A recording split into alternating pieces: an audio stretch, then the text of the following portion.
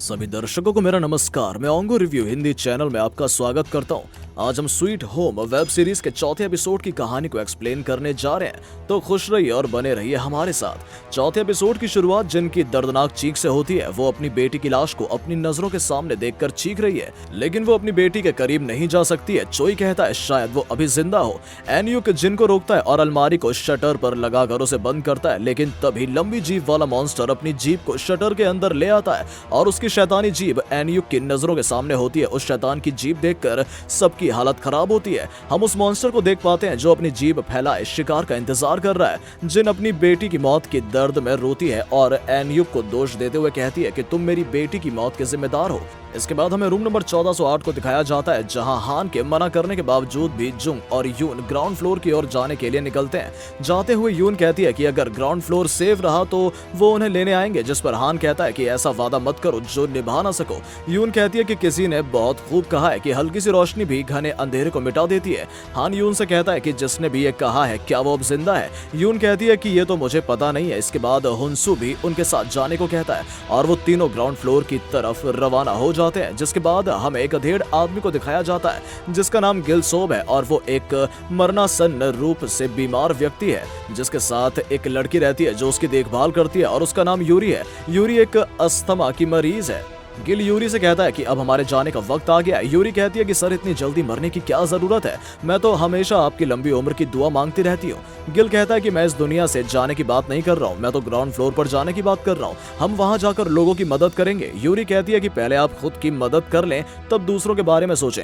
इसके बाद हम ग्राउंड फ्लोर की तरफ आते हैं, जहाँ जिन मायूस होकर बैठी होती है और सभी लोग गेट बंद करने के लिए वहाँ सामान रख रहे होते हैं। तभी किम की पत्नी और सुनहन आपस में जिन और उसकी बेटी के बारे में बातें करती है। बेचारी के साथ कितना बुरा हुआ है। सुनहन कहती है कि अगर बॉम्ब को कुछ हो जाए तो मैं भी पूरी तरीके से टूट जाऊंगी। और इधर किम की पत्नी कहती है कि एक कुत्ते और इंसान के बच्चे में फर्क होता है। सुनहन कहती है कि तुम्हारे लिए ये कुत्ता होगा लेकिन मेरे लिए ये मेरा बच्चा है। सुनहन आगे कहती है कि मुझे स्योई के लिए भी बुरा लग रहा है क्योंकि उसका मंगेतर भी यहीं रहता था, लेकिन इस शादी के 2 दिन पहले उसकी मौत हो गई। किम की पत्नी कहती है उसके चेहरे से उसके दर्द का पता नहीं चलता है, लेकिन वो अभी तक इलेक्ट्रिक रूम से लौटकर नहीं आई, कहीं उसकी जान खतरे में तो नहीं है।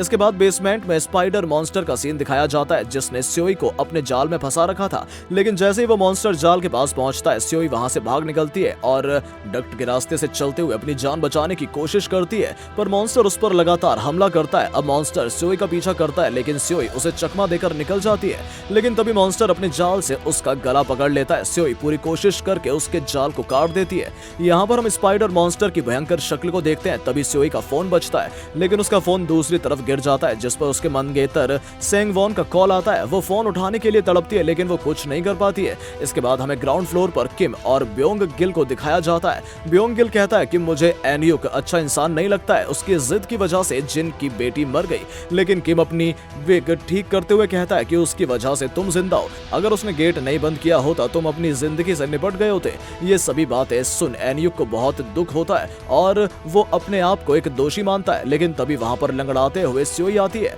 वो गुस्से में एनयूक को मुक्का मारती है और कहती है कि तुम्हें ये पता था ना कि वहां पर एक मॉन्स्टर है। स्योई वहां से चली जाती है। इसके बाद हमें आर्मी की तरफ से एक न्यूज दिखाई जाती है, जहां एक आर्मी ऑफिसर कहती है कि पूरे देश में मार्शल लॉ लगा दिया गया है, देश के सारे फैसले आर्मी ही लेगी। हमें पता चला है कि कुछ लोग अजीबोगरीब मॉन्स्टर में बदल रहे हैं। अभी इस तरह सही वजह का पता नहीं चला है, लेकिन मानना है कि ये सब इंसान की अतृप्त लालसा की वजह से हो रहा है। ये कोई खून से फैलने वाली बीमारी नहीं है जिसमें भी नाक से खून निकलना, अजीब आवाजें सुनाई देना या भ्रम का शिकार होना, ऐसे लक्षण दिखाई दें उन्हें क्वारंटीन कर दें। हर मॉन्स्टर अजीब दिखता है और उसमें लचीलापन और पुनर्जीवित होने की शक्ति है। इंसान के मरने और मॉन्स्टर बनने के 1 घंटे बाद का वक्त ऐसा होता है जब वो बड़े घाव से उभर नहीं सकते हैं। यही समय होता है कि जब उनको मारा जा सकता है। हमने इसे गोल्डन ओवर का नाम दिया है। सभी पकड़े हुए जीवों को जला देना अनिवार्य है। सभी इस खबर को बहुत ध्यान से देखते हैं। इसके बाद हम गिल और यूरी को देखते हैं जो ग्राउंड फ्लोर पर जाने के लिए तैयार हो गए हैं। ग्राउंड फ्लोर के सभी लोग आपस में बहस करने लगते हैं। कुछ का कहना है कि आर्मी उन्हें बचा लेगी और कुछ का कहना है कि आर्मी के यहाँ आने तक हमें जिंदा भी रहना है। इसके बाद हमें ली को दिखाया जाता है जो ग्राउंड फ्लोर पर आने के लिए गेट खोलने की कोशिश करती है, लेकिन वो गेट बंद कर दिया गया है। इसके बाद हमें हुनसू, यून और जुंग को दिखाया जाता है जो नीचे की तरफ आ रहे होते हैं, जहां उन्हें एक लाश मिलती है। जुंग लाश के पास बैठकर उसकी आत्मा की शांति के लिए प्रार्थना करता है और यून उन लाश की जेब से कुछ खाने के लिए निकालती है। हुनसू यून की तरफ देखते हुए कहता है कि तुम पत्थर दिल हो। यून कहती है कि पत्थर दिल बनना पड़ता है और मुझे जिंदा रहने के लिए जो भी करना पड़ेगा मैं करूंगी। इसके बाद एक मॉन्स्टर हुनसू पर हमला कर देता है और वो 9वें फ्लोर से नीचे गिर जाता है और उसका सर फट जाता है और रूह अफ़ज़ा की तरह उसका खून बहने लगता है, जिसे देख ली चीखने लगती है। इसके बाद फिर से हुनसू को अपने माता पिता की मौत के हेलुसिनेशन आने लगते हैं। इसके बाद हुनसू को होश आता है जहां उसके पास ली होती है और उससे बोलती है कि तुम जानबूझकर गिरे थे ना, मैंने तुमसे कहा था कि यहाँ मत मरना वरना सभी परेशान हो जाएंगे। हुनसू ली से पूछता है कि मैं कहाँ हूँ। ली उसे बताती है कि जहाँ सभी लोग इकट्ठा होकर अपनी मौत का इंतजार कर रहे हैं। हुनसू ली से बच्चों के बारे में पूछता है, लेकिन ली उससे कहती है कि पहले अपने बारे में सोचो। इसके बाद वहाँ एनयूक आता है जो हुनसू को बताता है कि वो 9वें फ्लोर से गिरा था और पूरे 3 घंटे बाद होश में आया है। शायद तुम गोल्डन ओवर की वजह से जिंदा बच गए हो। एनयूक कहता है कि तुम कैसे हो। हुनसू कहता है कि अभी तक तो ठीक हूँ। एनयूक कहता है कि लेकिन तुम कब तक ठीक रहोगे इसका कुछ पता नहीं है। सभी लोग गुस्से से हुनसू को देखते हैं। तभी किम एनयूक से कहता है कि तुम्हारा दिमाग खराब हो गया है कि तुम इस मॉन्स्टर को यहाँ पर ले आए। किम हुनसू को चाकू दिखाते हुए कहता है कि ये बेहतर है तुम इंसान बने रहो वरना अपने हाथों से तुम्हें काट दूंगा। हुनसू मासूम से बच्चे की तरह कहता है ठीक है। तभी एनयूक सबके सामने एक प्रस्ताव रखता है कि जो लोग चाहते हैं कि हम हुनसू को बाहर निकाल दे वो कागज पर सर्कल बना देना और जो चाहते हैं कि हुनसू हमारे साथ रहे वो क्रॉस बना देना और कागज को डिब्बे में रख देना। लेकिन किम उसकी बात का विरोध करते हुए कहता है कि कोई भी नहीं चाहता है कि हुनसू यहाँ रहे, इसके लिए इतनी झंझट करने की कोई जरूरत नहीं है। तुम सभी अपना हाथ खड़ा करो। लेकिन कोई भी अपना हाथ खड़ा नहीं करता है। तभी ली अपना हाथ खड़ा करते हुए वहां आती है और किम उससे कहता है कि तुम अभी वोटिंग के लिए छोटी हो, जिस पर ली उसे जवाब देते हुए कहती है कि प्रेसिडेंट नहीं चुन रहे हैं तो क्या फर्क पड़ता है। किम गुस्से में उससे कहता है कि मुझसे जबान लड़ाने की तेरी हिम्मत कैसे हुई। ली इशारों में किम को गाली देती है। एनयूक कहता है कि सबकी प्राइवेसी को ध्यान में रखकर हमें वोटिंग करनी चाहिए, लेकिन किम को उसकी बात पसंद नहीं आती और वो सबको हाथ खड़ा करने के लिए कहता है। लेकिन सभी लोग वोटिंग के लिए मान जाते हैं और सुनहैन किम से कहती है कि अपनी पत्नी को गंदी गालियां देना बंद करो वरना तुम्हें पछताना पड़ेगा। लेकिन किम उस पर गुस्सा करता है और उस पर हाथ उठाने वाला होता है कि वहां स्योई आ जाती है और किम उससे डर कर शांत हो जाता है। इसके बाद हमें म्यूंग को दिखाया जाता है जो मुस्कुराते हुए सब्जियां काट रही होती है। तभी उसके अंदर का शैतान जागने लगता है और वो मॉन्स्टर बनने लगती है। दूसरी तरफ वोट्स की गिनती होती है जहाँ 7 लोग हुनसू को बचाना चाहते थे और 8 लोग उसको निकालना चाहते थे और आखिरी 2 वोट बाकी हैं और अगले वोट में क्रॉस आता है। वोटिंग ड्रॉ हो जाती है। अब सब कुछ आखिरी वोट पर निर्भर करता है, लेकिन किसी ने आखिरी वोट पर क्रॉस और सर्कल दोनों बना रखा होता है। किम को बहुत गुस्सा आता है। वो ब्योंग गिल को कहता है कि हुनसू को यहाँ लेकर वो आई है और मैं इसी वक्त उसे मार डालूंगा। किम सब पर गुस्सा करता है और जोर जोर से चिल्लाने लगता है। किम कहता है कि तुम सब भूल गए कि हमारे सामने कोई मरा था।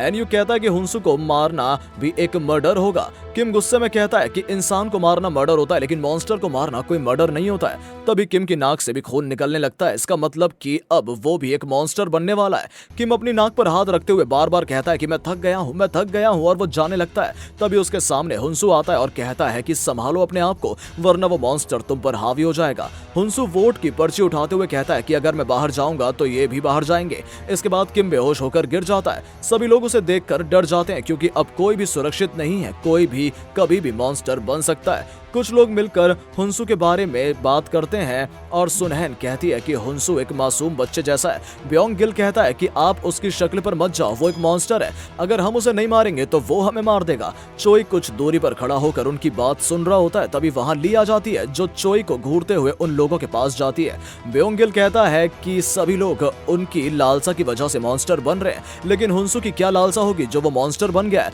तभी ली ब्योंग गिल से कहती है कि तुम ज्यादा बकबक मत करो, खाना देखकर तुम्हारी भी लालसा बहुत बढ़ जाती है। तभी एक लड़की कहती है कि हमें हमारे कर्मों की सजा मिल रही है। ली कहती है कि तुम बिल्कुल ठीक कह रही हो, इन सभी बेवकूफों में से बस तुम ही एक समझदार हो। अभी तक हम इंसान हैं लेकिन कब तक इंसान रहेंगे कोई भी नहीं जानता है, पता नहीं अगला मॉन्स्टर कौन बनेगा। और मुस्कुराते हुए वहां से चली जाती है। अब किम होश में आता है और वो अपने आप को देखते हुए कहता है कि मुझे क्या हुआ है। वहां बैठा हुआ हुनसू उसे बताता है कि तुम्हारी नाक से खून आ रहा था और तुम बेहोश हो गए थे, अब तुम भी संक्रमित हो और मॉन्स्टर बनने वाले हो। किम हुनसू के पास जाता है और पूछता है कि तुमने खुद को कैसे बचा रखा है। हुनसू कहता है कि मैं बस इतना बता सकता हूँ कि तुम अपने ऊपर काबू रखना। किम की पत्नी उदास बैठी होती है लेकिन सुनहैन उससे कहती है कि वो रोज रोज तुम्हें मारता था, अच्छा हुआ कि वो मॉन्स्टर बन गया, तुम्हें तो खुश होना चाहिए, उदास क्यों बैठी हो। तभी वो लड़की सुनहैन को अपने साथ ले जाती है। स्योई सुनहैन से पूछती है कि वो आर्मी ऑफिसर मुझे दिख नहीं रहा है, क्या आपको पता है कि वो कहाँ है। सुनहैन उसे बताती है कि जिनकी बेटी की जान बचाने के लिए वो बिल्डिंग के बाहर गया था जहां उन दोनों को लंबी जीभ वाले मॉन्स्टर ने मार दिया। स्योई अकेले बैठकर संगवॉन की फोन कॉल के बारे में सोच रही होती है। तभी वहां किम की पत्नी आती है और स्योई को कुछ खाने के लिए देती है, पर जैसे ही स्योई खाना खाने वाली होती है तो उसका जी मचलने लगता है। किम की पत्नी उसकी पीठ सहलाती है और उसे शक होता है कि शायद स्योई प्रेग्नेंट है।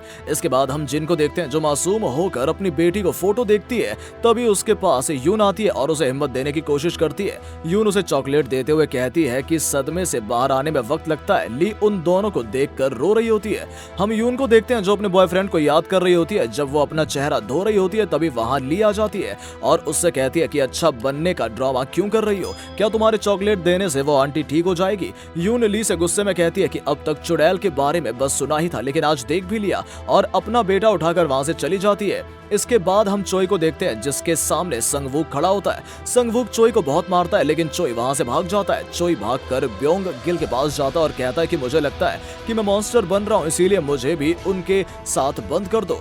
चोई रूम में जा रहा होता है तभी वो जुंग आता है और चोई को रोकने की कोशिश करता है और कहता है कि तुम झूठ बोल रहे हो, है ना। तभी वहां संगवूक आ जाता है और चोई को मारने जाता है, लेकिन जुंग उसे रोक देता है और चोई रूम का शटर बंद कर देता है। चोई हुंसू के पास जाता है जिसे देखकर वो डर जाता है। चोई हुंसू से पूछता है कि मॉन्स्टर बनकर कैसा लगता है। मैं खुशी खुशी मॉन्स्टर बन जाऊंगा, मुझे उसके लिए क्या करना होगा। संगवूक ने चोई से लड़ते वक्त उसके रूम की चाबी निकाल ली थी और अब वो उसके रूम में जाएगा और उसकी सच्चाई पता लगाएगा।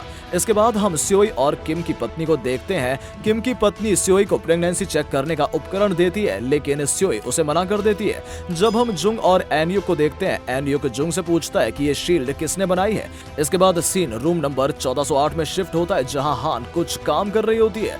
किमसु उससे कहती है कि आंटी म्यूंग काफी देर से टॉयलेट से बाहर नहीं आई है। इसके बाद हान अपना हथियार लेकर टॉयलेट की तरफ निशाना लगाती है और जैसे ही वो टॉयलेट का गेट खोलता है उसकी आंखें दंग रह जाती हैं क्योंकि म्यूंग एक बेबी मॉन्स्टर बन गई होती है जो कि एक कोक में होता है और जिसकी सांसें चल रही होती हैं। और इसी के साथ स्वीट होम के चौथे एपिसोड का अंत होता है। अपना कीमती समय देने के लिए ओंगो रिव्यू चैनल आपका शुक्रिया अदा करता है। ऐसे ही वीडियोस के लिए चैनल को सब्सक्राइब करें और बेल आइकन प्रेस कर लें ताकि आपको हमारी हर वीडियो की नोटिफिकेशन सबसे पहले मिल सके। धन्यवाद।